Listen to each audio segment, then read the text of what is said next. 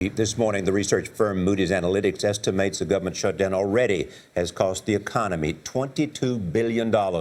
If Fitch Ratings does choose to lower the government's AAA credit rating, it won't be a first. Rival Standard & Poor's downgraded American debt in 2011.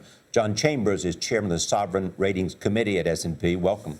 Thank you, Charlie. Let me begin with this. The implication for what's going on in Washington, even to go so close, if they make a deal, has there been damage? And secondly, if they fail and go to default, what are the implications? Well, Charlie, there already is damage. We estimate that for every week of the government shutdown, that cuts 0.3% of GDP from the fourth quarter output. If we go past the point where the government can't borrow anymore, one of two things could happen.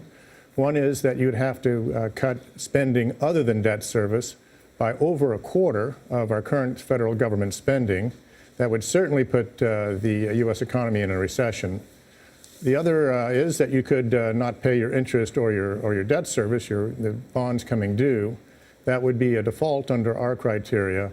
That would probably be an event that would be much worse than Lehman.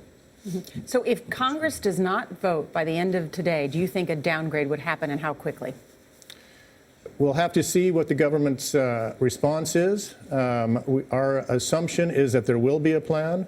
That's why we rate it AA+ with a stable outlook. Mm-hmm. However, the mere fact that we're having these discussions led us to conclude 2 years ago that it simply wasn't appropriate to have a AAA rating on the U.S. government. Make the point and underline the point. Larry Fink said it here yesterday, worse than Lehman Brothers and the Great Recession that was produced by the failure of Lehman Brothers. It would be worse than Lehman Brothers in my judgment, and I think it's needless. Because congressional and political leaders should be acting.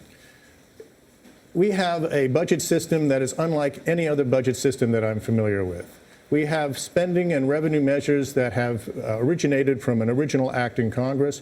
Now it's a question of funding them.